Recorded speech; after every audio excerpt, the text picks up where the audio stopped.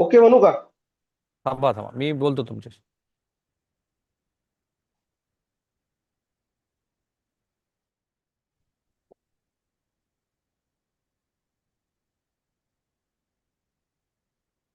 नमस्कार, मी राहुल कुलकर्णी. नसरापूर, तालुका भोर, जिल्हा पुणे येथून एक ग्रामस्थ आपल्याशी जोडले गेलेत. काल मी त्यांचा आक्रोश बघितला आणि साहजिक आहे तो आक्रोश की महाराष्ट्रात कायद्याचा धाक उरलाय की नाही असं वाटावं अशी परिस्थिती आहे. 3.5-4 वर्षाच्या चिमुरडीवरती 65 वर्षाचा एक आजोबा, काय म्हणजे आपण तर त्याला आजोबाच म्हटलं पाहिजे वयाप्रमाणे, तो तिला खोटं सांगतो काय, तिला हातामध्ये घेऊन गोठ्यात जातो काय, नंतर तिच्यावरती अनन्वित अत्याचार करतो काय, आणि तिच्यावर अत्याचार केल्यानंतर तो तिला जीवे मारून टाकतो काय, सगळंच अनाकलनी. आणि हे जे आता आपल्यासोबत जोडले गेलेत, अतुलजी तुमचं पूर्ण नाव सांगा. माझं नाव अतुल कैलास साळेकर, मी राहणार नसरापूरचा आहे. काल अतुलजींच्या बोलण्यातनं मला एक जाणवलं की हा जो गुन्हेगार आहे, हा गुन्हेगार हॅब्युच्युअल आहे. याची आधीची पण 2 गुन्हेगारी कृत्य आहेत. आणि त्यानंतर असा प्रश्न पडलाय, कारण काल अतुल सांगत होते की हा येरवडा जेलमध्ये होता आणि येरवडा जेलमधनं हा बाहेर आला कसा, असा मूलभूत प्रश्न पडावा अशी स्थिती. सो अतुल, मला जरा बरोबर. सांगा, ह्या गुन्हेगाराची पार्श्वभूमी काय आहे? सर, हा आरोपी आमच्या गावापासून 3 किलोमीटर लांब राहतो. ह्याच्या अगोदर सुद्धा त्यांनी 2015 साली एक कृत्य केलं होतं. स्वतःच्या पुतणीवर केलं होतं. एका वयस्कर बाईवर पण केलं होतं. तरी सुद्धा तो बाहेर आला नाही आणि त्याला गावाने हाकलून दिलं होतं. पण आम्हाला त्याची पार्श्वभूमी माहीत नव्हती आणि तो आता 6 महिने आमच्या गावात राहत होता. आणि काय करत होता या 6 महिन्यामध्ये? 6 महिन्यामध्ये आमच्या गावात राम मंदिरचं बांधकाम चालू होतं, तिथं बिगारीचं काम करत होता. अच्छा, प्रभू रामचंद्राच्या मंदिराचं काम सुरू होतं आणि तिथं काम करत होता, बरोबर? हा, बिगारीचं काम. आणि रोज गावात फेरफटका मार्ग प्रत्येकाला तो ओळखत होता. लोकांना कळालं की हाच होता म्हणून लोक एवढी पिसळल्या त्याच्यावर. जरा थोडं आधीच्या त्याच्या गुन्ह्याची पार्श्वभूमी सांगाल, जेवढी आता तुम्हाला कळली ती, कारण याच्यातनं बरेच नवीन प्रश्न निर्माण झाले. त्यांनी 2 गुन्हे याच्या अगोदर सुद्धा केल्यात. स्वतःच्या पुतणीवर म्हणजे भावाच्या मुलीवर त्यांनी त्याचा प्रयत्न केला, अत्याचाराचा. त्या केसमध्ये सुद्धा तो आतमध्ये होता. 65 वर्षाच्या बाईवर सुद्धा त्यांनी अत्याचार केला होता. त्या केसमध्ये तो येरवडा जेलला होता. तरी सुद्धा 2015ला तो बाहेर आला. पण तो दोन काल हजार पंधराला बाहेर आला, तो काही त्याची शिक्षा संपली म्हणून आला का पेरोल वरती आला, काय नेमकं? तो जामिनावर होता सर. अच्छा, म्हणजे त्याच्या अजूनही प्रकरण सुरूच आहे कोर्टामध्ये, दोन्ही प्रकरणातलं, हो. हो. बरोबर? हो. आता ज्या दिवशी ही घटना घडली, त्या दिवशी काय घडलं मला सांगा. आणि पुन्हा एकदा, की तुम्हालाही माहिती आहे कायदा, मलाही माहिती आहे की त्या अल्पवयीन मुलीचं नाव आपल्याला घ्यायचं नाहीये. घटना काय घडली सांगा सविस्तर, फार दुःखद आहे हे सगळं. तर काल महाराष्ट्र दिन होता. अशी काळिंक फासणारी घटना आमच्या गावात घडली. आज जिथं आम्ही छत्रपती शिवाजी महाराज इथं बागडले राहिले पडले त्या बोरवेल्ला तालुक्यामध्ये स्वराज्याचं पहिलं तोरण बांधलं तोरणा किल्ल्यावर. तिथून राजे इथनं जात होते. त्या त्या घटना जे 350 वर्षापूर्वी झालं ना, ते आज झालं 50 वर्षात.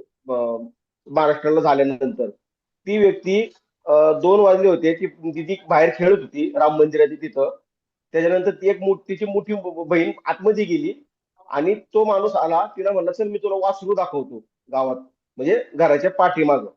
तर ती आता साहजिकच 3 वर्षाची मुलगी, तिला वासरू म्हणजे गाय दाखवतो म्हणलं, ती बाई तिच्या मागं पळत गेली. तुम्ही सीसीटीव्ही मध्ये बघितलं असेल.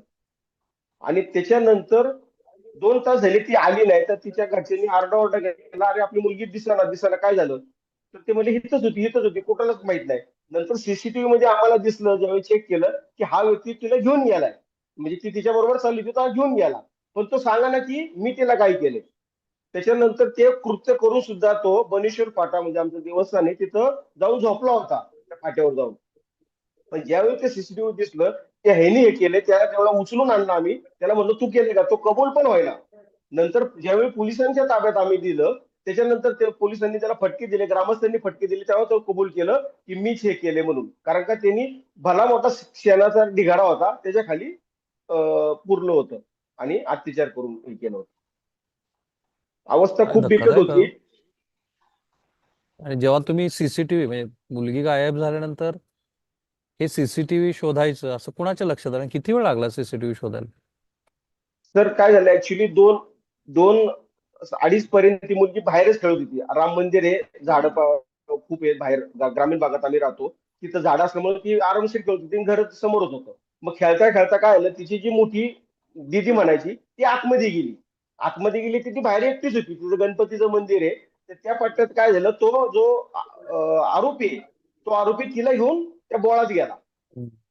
तो बोळात गेला तर मग तो डायरेक्ट त्या गोठ्यामध्ये घुसला. तर तोपर्यंत आम्हाला तपास नाही, तो पण तिने मारून जे अत्याचार करायचे ते केले होते. पण 2 तासानंतर आम्हाला कळालं की बाबा दिदी गावात नाही, ती मुलगी गावात नाही. मुलगी कुठे गेली? तिची आई म्हणली अरे मुलगी नाही, कोणाच्या घरात गेली का, शेजारच्या पाजारच्या घरात गेली का? सर्व बघितलं, गावली नाही. मिसिंगची कंप्लेंट करायला आम्ही गेलो. पण नंतर म्हणजे सीसीटीव्ही मध्ये येते, इथे खेळत होती कुठे. मग ज्यावेळी आम्ही सीसीटीव्ही बघितले, तिथून येताना आम्हाला ती चालत दिसली, परत बाहेर येताना दिसली ना, हा एकटाच बाहेर येताना दिसला. हम्म. मग हा कुठे, तर मग हा त्या फाट्यावर झोपला होता, त्याला उचलून आणला, त्याला फटके दिले तरी तो कबूल व्हायला. पोलिसांनी मारलं सुद्धा तो कबूल व्हायला, कारण अट्टल गुन्हेगार. पण ज्यावेळी अजून पोलिसांचे फटके पडले, त्यावेळी त्यांनी सांगितलं की मी शेणाच्या ढिगाऱ्याखाली तिला हे केलेले, पुरलेले, म्हणजे बंदी गाडलेले. काय बापरे, ज्या काय ह्याने व्यक्तीने ज्या ह्याने काय ज्या गळा आवळला मुलांनी मुलीचा? तर अत्याचार केले, म्हणजे तिथं ती गेल्यानंतर एक छोटा मुलगा होता, तिने बघितलं ते फक्त ट्रे असा बाजूला काढला, त्याला पाय दिसलो, तो पार किंचाळला. त्याला काय बोलावं काय सुचलं, तो पळत आला बाहेर. तेव्हा आम्ही तिथे गेलो, त्यांनी तो ट्रे बाजूला काढल्यानंतर मग आम्हाला जर कळलं असं झालं तर ते हार्म करायला आम्ही पोलिसांच्या ताब्यात पण नसतं दिलं. आम्हाला माहित नव्हतं की काय झालं, फक्त आम्हाला माहित होतं की त्याला मारला तर आमची मुलगी दिदी जी बाळ धावणार नाही, त्यामुळे आम्ही त्यावेळी कायदा हातात घेतला नाही. हम्म. आमच्या ग्रामस्थांची हीच मागणी आहे की त्याला लवकरात लवकर कठोर शिक्षा, फाशी शिक्षा, एन्काउंटर करावा. त्यासाठी आज काल आम्ही 2 तास नॅशनल हायवे जाम केला होता सर. स्वतः गिल मला साहेब सांगा आले की होते. ही जी चिमुरडी आहे ही काय आजोळी आली होती ना बहुतेक? हो सर, हो सर. त्यांचे आजोबा आमचं श्री क्षेत्र बनुश्वरचे इथं 40 वर्षापासून सेवा करत होते. आज देवाने त्यांची अशी वेळ आली, आम्हाला वाईट वाटते. त्यांना अटॅक आला. ते आजी 3 दिवसापूर्वी तिला घेऊन आली इथं. अरे आणि आमच्या गावातली मुलगी आहे, ती बाहेरच्या गावात गेली पुण्यात. तिला 2 मुली झाल्या, त्याच्यात एक मुलीला म्हणले सुट्टी लागली तर ये. आणि सुट्टी का लागली, कारण का ती पाळणा घरात राहत होती. पण आता हम्म. पाळणा घराला सुट्टी लागली म्हणून आजी म्हणली चल माझ्या घरी नसरापूरला. मग आजी बरोबर आली. आता आजी बरोबर आली तर आजी घरात होती आणि पोरं खेळत होती वरांड्यात, म्हणून ती पण खेळायला लागली. पण त्याच वेळी तो नराधम तिथनं आला आणि तो त्या मुलीला सर तिथनं घेऊन गेला, असं आम्हाला सीसीटीव्ही दिसलं. घटना घडली आणि प्रत्यक्ष सीसीटीव्ही बघेपर्यंतचा वेळ किती होता? सर गावात बातमी पसरायला, म्हणजे 3 वाजता जी घटना घडली, गावात बातमी पसरायला 7 वाजले सर. 2 तासानंतर कळलं की मिसिंग आहे. हम्म. पोलीस आले 7:30ला. हम्म. म्हणजे आणि घटना त्याच्यानंतर घडल्यानंतर मग 2 तासांनी आपण सीसीटीव्ही फुटेजेस बघितले, बरोबर? हो, हो, हो. कारण का तोपर्यंत जोपर्यंत ते आरडाओरडा झालाच नाही ना की बाबा दिदी कुठे गेली, बाळ कुठे गेलं, तोपर्यंत काहीच कळलं नव्हतं. लोकांना वाटलं आता कसं ग्रामीण भाग कोणी कोणाच्या घरात जातं, असं गेलं काय. पण जेव्हा त्यांची आजी आली की बाबा ते घावत नाही, दीदी कुठे आहे बाबा, दीदी इथे खेळत होती. मग ते म्हणले माझ्याकडे होती, मी आता घरात गेले ती दिसेना, मला वाटलं तुमच्याकडे गेली. आणि दुपारच्या टायमिंगला झालं सर, ऊन असतं पण तिथं सावली असल्यामुळे ते खेळत होते राम मंदिराच्या इथं. हम्म. पण जेव्हा तुम्हाला लक्षात आलं की यांनी हाच दिसतोय, तर ह्याचा निर्डावलेपणा मला असं दिसतोय की तुम्ही मगाशीपासून सांगताय की हा फाट्यावरती झोपला होता, बरोबर? हो सर. म्हणजे त्याला काही त्याचं हे काही नव्हतं. काहीच नव्हतं. एक तर तो ह्याच्यात असेल, टाकेच असेल, ऍक्च्युली कशात असेल मला माहित नाही, नशेत असेल. ती व्यक्ती ते केल्यानंतर सुद्धा फाट्यावर आराम करत होती, म्हणजे त्याला त्याचं काही गांभीर्य नव्हतं, नाही तर तो पळून गेला असता. काहीच गांभीर्य नव्हतं. पण जेव्हा तो आम्हाला दिसला सीसीटीव्ही मध्ये, त्याला आम्ही मग बघितला, त्या बनुश्वर फाट्यावरून धरून आणला ग्रामस्थांनी आमच्या. तेव्हा त्याला म्हणलं कुठं होती, तो म्हणला नाही माझ्याकडे नाही, माझ्याकडे नाही, माझ्याकडे नाही. मग पोलिसांच्या ताब्यात दिलं. तो पोलिसांना सांगितलं होतं, कारण उद्या जर ह्याच्यावर काय झालं असतं तर परत ग्रामस्थांवर त्यांनी केस टाकली होती. मग पोलिसांच्या ताब्यात दिला. पोलिसांनी त्याला फटकावला तरी तो सांगाना. नंतर त्यांनी सांगितलं शेणाच्या ढिगाऱ्याखाली मी तिला, कारण का गोठा होता सर, गाई म्हशीचा गोठा आहे तिथं घराच्या बॅक साईडला. हम्म. थोडी मला तुमची म्हणजे ग्रामस्थांची आता काही कोणाला माहिती नसते की असं काहीतरी होईल म्हणून. पण चूक अशी दिसतेय की हा जो अनोळखी माणूस आहे जो आपल्या गावचा नाही आहे त्याच्याबद्दल तुम्ही फार विश्वास दाखवला. तर विश्वासाचा नाही प्रश्न, काय झालं, तो बिगारी कामगार म्हणून आला होता. गाव 5 किलोमीटर गाव आहे, साळवड गाव म्हणून तिथला रहिवासी आहे. त्या गावाने त्याला बाहेर काढला हे आम्हाला माहित आहे. बिगारी कामगार तर काम चालू आहे, कॉन्ट्रॅक्टरने चल बाबा तू आमच्या इकडे कामाला राहा. आता कुणाची कशी पार्श्वभूमी आम्हाला पण माहित नाही. कारण स्वतः गिल साहेब स्वतः बोलले 2015 नंतर हा ऑन रेकॉर्ड आलेलाच नाहीये. का नाही आला ऑन रेकॉर्ड असं ते स्वतः बोलले आमच्या संघ. कोण म्हणाले हे? गिल साहेब. अच्छा, एसपी, पुणे ग्रामीणचे एसपी एसपी एसपी तुम्हाला असं म्हणाले की हा येस येस. रेकॉर्डर का आला नाही, बरोबर? हा कारण हा, आणि साधारणपणे त्याला बाहेर कुठेतरी, का काढलं. पण का कसा तो बाहेर आला? खरं तर हाच आपला चर्चेचा विषय आहे. जे तुम्हाला कळालं तेवढं मला सांगा की हा बाहेर आला कसा. आम्ही पण साहेबांना तेच म्हणलो, जर तुम्ही पहिला बलात्कार झाला, पुतणीवर झाला, नंतर त्या लेडीजवर झाला, तरी सुद्धा हा बाहेर का आला. तर ते म्हणले आम्ही माहिती घेऊन तुम्हाला सांगू. म्हणलं तो जर अजून तुमचे अजून एक गुन्हा करण्याचे करायचे का, म्हणलं अजून एक महिलेचा मृत्यू व्हायचा आहे का. हम्म. आज आम्ही आमच्या मुलींना शाळेत कसं पाठवू सर, तिथे त्याच्या आजूबाजूला म्हणजे मोजून आहे ना 500 मीटर, 200 मीटरवर आहे ना शाळा आहे सर. 300 मुली तिथे शिकतात, लहान मुली 1ली ते 4थी. सर्व आता आता सुट्टी म्हणून जाऊ द्या, पण प्रत्येकाला अशी भीती वाटते की बाबा आपल्या मुलींना बाहेर पाठवायचं का नाही. मला एक मुलगी आहे सर, मला पण वाईट वाटतं म्हणजे. नाही, बघितलं काल तुमचा आक्रोश आणि मी समजू शकतो की ज्या पद्धतीनं ही सगळी घटना घडली. पण मला एक सांगा, अगदी त्यांच्या म्हणजे आजोबा असं हा बोला. त्यांच्या आजोबांवर सर, त्यांनी आमचा अभिषेक केला भुवनेश्वरला देवाने. एवढं म्हणजे त्या गाव, त्यांना एकुलती एकच मुलगी होती आणि त्या मुलीला त्या 2 मुली होत्या सर. हम्म. आणि एवढी छोटी मुलीवर असं होणं म्हणजे, आणि सर आमच्या गावात आतापर्यंत आज त्यागच झालेलं आहे सर, असं एवढं वाईट कृत्य केले त्या व्यक्तीने. कुठल्या जाती धर्माचा असं काही नाही, पण आमचं एकच मागणी आहे सरकारला, त्याला कठोरात कठोर. आत्ताच रोहितदादा पवार येऊन गेले, त्यांनी आम्हाला सांगितलं की त्याला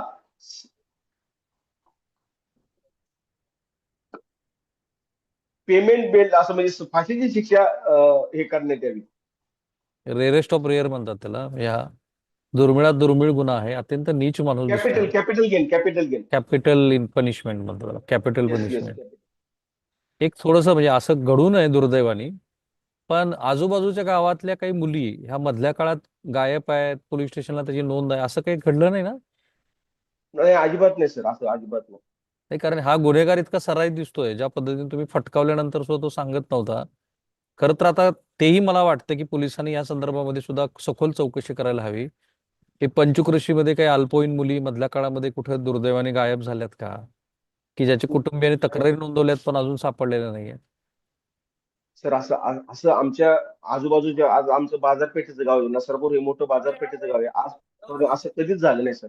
एवढं कृत्य म्हणजे सर्व बाजारपेठेचं गाव आहे, असं कृत्य, असं निंदनीय कुठलंच कृत्य इथं झालेलं नाही. हम्म. कॉलेज पण जवळ आहे, पण असं कृत्य नाही झालं. आणि एवढं छोट्या मुली होतं अजिबात नाही सर, कुठंच नोंद नाही. काल आणि काळीमा फसणारी घटना घडली सर. काल महाराष्ट्र दिन होता आणि महाराष्ट्रामध्ये असं घडलं, आणि ते पण आमच्या गावात, जिथं शिवाजी महाराजांनी पहिलं शिवाजीचं तोरणा किल्ला स्थापन केलं. तर त्याचीच गरज आहे. खरं तर मी थांबतो इथं. तुमच्या बोलण्यात 2 वेळेला तुम्ही छत्रपती शिवाजी महाराजांचा उल्लेख केला. महाराजांच्या काळामध्ये त्या रांझेच्या पाटलानं काय केलं होतं आणि त्याचा चौरंगा चौर केला होता महाराजांनी. अशा आम्ही कितीतरी घटना आहेत. तीच मागणी केली, त्याचा चौरंग करा, आमच्या ताब्यात द्या, चौरंग करा त्याचा. नाही, आता परत असा राजाचा पात्र. नैसर्गिक न्यायाच्या तत्वाप्रमाणे तसं करता येत नाही. पण तुमचं म्हणणं मला पटतं की कायद्याचा धाकच राहिलेला नाहीये. ना पोलिसाचा धाक राहिलाय, ना कायद्याचा धाक राहिलाय. इतका सराईत गुन्हेगार 2-2 वेळेला तो जेलमध्ये जातो.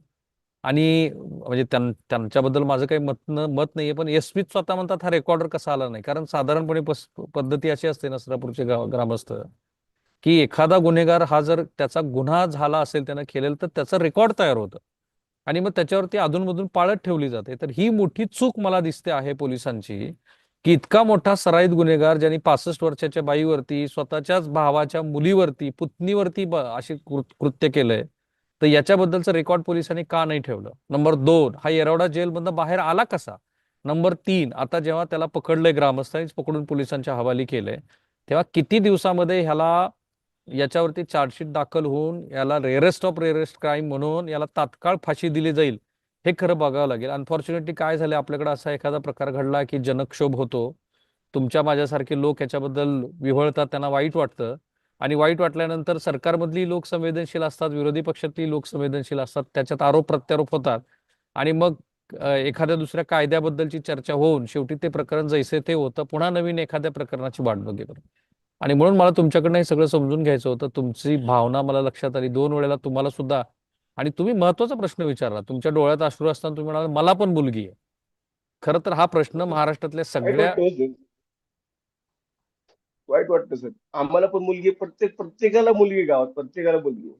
म्हणजे आम्ही अक्षरशः 3 वाजता काल रात्री घरी आलो, जेवलो नाही, सकाळी पण नाही जेवलो सर. रात्री झोप नाही लागली आम्हाला हो सर. पण 7 वाजता आम्ही तिथे गेलो, कारण का आम्हाला न्याय पाहिजे सर. त्या व्यक्तीला कठोरात कठोर शिक्षा झाली पाहिजे, आम्हाला न्याय पाहिजे. मी तुमच्या भावनेशी पूर्ण सहमत आहे. आणि मी तुम्हाला तुमच्या वतीनं सरकारला आव्हान करतो की याची अतिशय तातडीने आणि कठोरात कठोर दखल घेऊन या अत्यंत निर्ढावलेल्या गुन्हेगाराला किती लवकर आपण फासावर लटकू शकतो त्याचं उदाहरण देश पातळीवरती सिद्ध करायला पाहिजे महाराष्ट्रात. नाहीतर ह्या अश्रूला काही नक्की किंमत नाही. आणि आम्ही जी चर्चा घडवून आणतो त्याला काही किंमत नाही. मी तुमच्या गावात येईन, उद्या परवा येईन. नक्की मला सर, वाईट नक्की वाटतं. नक्की. Thank you so much. तुमची भावना तुम्ही आवरून आमच्याशी नक्की बोललात. सर, मी त्याचा आभारी आहे. चौरंगच करा. गृहमंत्र्यांना तुम्ही तुमच्या मार्फत सांगा, त्याचा चौरंगच करा. पण लवकरात लवकर करा, की परत आज आज त्या चौरंग, पाटलाचा चौरंग केला होता तसा त्याच्यानंतर आज रायगड ह्या बोरवेल्ला मुळशी तालुक्यामध्ये जिथं छत्रपती शिवाजी महाराजांनी वास्तव्य केले, तिथं आजपर्यंत अशी घटना कधीच घडली, कधी म्हणजे कधी घडली नाही. आणि तुमच्या भावना मला खात्री आहे की योग्य त्या